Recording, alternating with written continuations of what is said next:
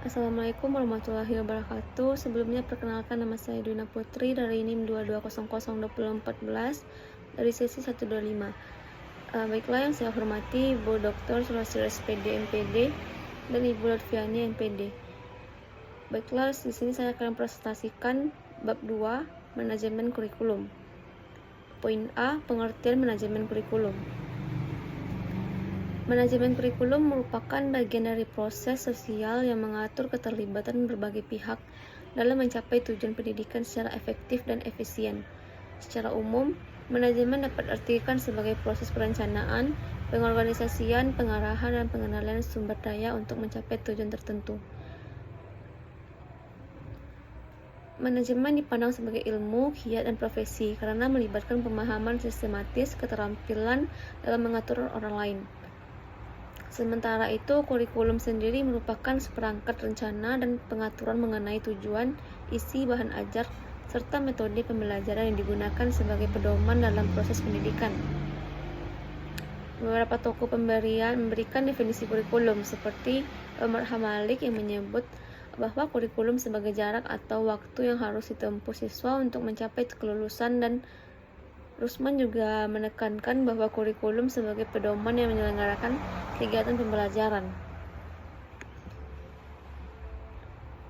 Jadi dapat disimpulkan bahwa manajemen kurikulum adalah pengelolaan terpadu antara rencana, pelaksanaan, hingga evaluasi kegiatan belajar mengajar untuk mencapai tujuan pendidikan yang telah ditentukan.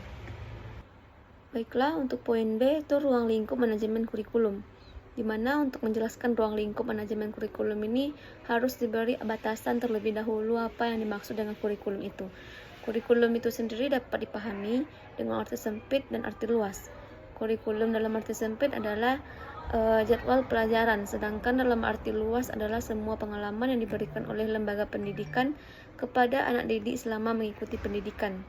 Manajemen kurikulum merupakan bagian integral dari kurikulum tingkat satuan pendidikan atau KTSP dan menjadi berbasis sekolah atau MBS. Lingkup manajemen kurikulum meliputi perencanaan, pengorganisasian, pelaksanaan, dan evaluasi kurikulum. Pada tingkat satuan pendidikan, kegiatan kurikulum lebih mengutamakan untuk merealisasikan dan mereferensikan antara kurikulum nasional dengan kebutuhan daerah dan kondisi sekolah yang bersangkutan, sehingga kurikulum tersebut merupakan kurikulum yang integritas dengan peserta didik maupun dengan lingkungan di mana sekolah itu berada. Baiklah, selanjutnya itu prinsip dan fungsi manajemen kurikulum. Terdapat 5 prinsip yang harus diperhatikan dalam melaksanakan manajemen kurikulum, yaitu yang pertama, produktivitas hasil yang akan diperoleh dalam kegiatan kurikulum merupakan aspek yang harus dipertimbangkan dalam manajemen kurikulum. Yang kedua, demokratisasi, di mana pelaksanaan manajemen kurikulum harus berdasarkan demokrasi. Yang ketiga, kooperatif, untuk memperoleh hasil yang diharapkan. Yang keempat, efektivitas dan efisiensi. Rangkaian kegiatan manajemen kurikulum harus mempertimbangkan efektivitas dan efisiensi untuk mencapai tujuan. Yang kelima, mengarahkan visi, misi, dan tujuan yang ditetapkan dalam kurikulum. Selanjutnya poin D, konsep dasar kurikulum berbasis KTSP. KTSP sendiri merupakan singkatan dari kurikulum tingkat satuan pendidikan yang dikembangkan sesuai dengan satuan pendidikan, potensi dan karakteristik sekolah atau daerah, sosial budaya masyarakat setempat, dan karakteristik peserta didik.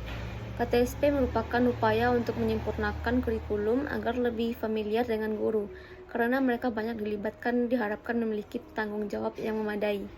KTSP adalah kurikulum operasional yang disusun dan dilaksanakan oleh masing-masing satuan pendidikan. Poin E, macam-macam kurikulum. Yang pertama, rencana pelajaran 1947. Kurikulum pertama pasca kemerdekaan ini menekankan pembentukan karakter bangsa yang merdeka dan berdaulat. Yang kedua, rencana pelajaran terurai 1952. Kurikulum ini merupakan penyempurnaan dari kurikulum sebelumnya dengan ciri khas pendekatan tematik. Selanjutnya, rencana pendidikan 1964 menitikberatkan pada pengembangan 5 aspek penting yang dikenal sebagai pancawardhana: moral, kecerdasan emosi, keterampilan, dan jasmani. Yang keempat, kurikulum 1968 Yang kurikulum ini fokus kurikulum adalah pada pembinaan mental, moral, dan agama. Selanjutnya kurikulum 1975. Kurikulum ini menerapkan sistem prosedur pengembangan sistem instruksional atau PPSSI yang menuntut guru merinci kegiatan belajar secara sistematik. Yang keenam, kurikulum 1984 mengedepankan cara belajar siswa aktif untuk meningkatkan partisipasi siswa dalam proses belajar. Yang ketujuh, kurikulum 1994 merupakan kombinasi dari kurikulum sebelumnya. Perubahan signifikan mencakup sistem pelajaran caturwulan dan penambahan jurusan IPA, IPS, serta bahasa. Yang kedelapan, kurikulum 2004 atau KBK, dikenal sebagai kurikulum berbasis kompetensi. Yang selanjutnya, kurikulum 2006 atau KTSP. Kurikulum ini memberikan otonomi lebih besar kepada sekolah melalui pendekatan desentralisasi. 10. Kurikulum 2013 menekankan pendidikan karakter serta penguatan sikap spiritual dan sosial. Dan dalam revisi 2017, penilaian sikap hanya diterapkan pada pelajaran tertentu. Poin F, manajemen kurikulum. Manajemen kurikulum saling berkaitan satu sama lain dalam suatu pendidikan untuk mencapai tujuan yang diinginkan. Yang pertama, profil sekolah. Memuat data identitas sekolah seperti nama, alamat, tahun berdiri, akreditasi, jumlah rombongan, dan lain-lain. Yang kedua, struktur kurikulum. Menggambarkan susunan mata pelajaran dan kompetensi yang harus dikuasai peserta didik. Yang ketiga, keunggulan kurikulum sekolah. Kurikulum menuntut siswa aktif, kreatif, dan inovatif. Yang keempat, pengembangan muatan lokal. Muatan lokal mencakup materi khas daerah seperti kesenian, bahasa daerah, pendidikan lingkungan, dan ekstrakurikuler. Yang kelima, pengembangan kecakapan hidup. Kurikulum ini menekankan kecakapan hidup life skill sesuai kebutuhan dan potensi lokal sekolah. Yang keenam, pengembangan karakter membentuk pola pikir dan perilaku khas individu seperti jujur, bertanggung jawab, kerja keras, dan peduli. Yang terakhir, model pembelajaran menggunakan pendekatan yang menyenangkan dan interaktif seperti pengembangan intelektual dan kepribadian.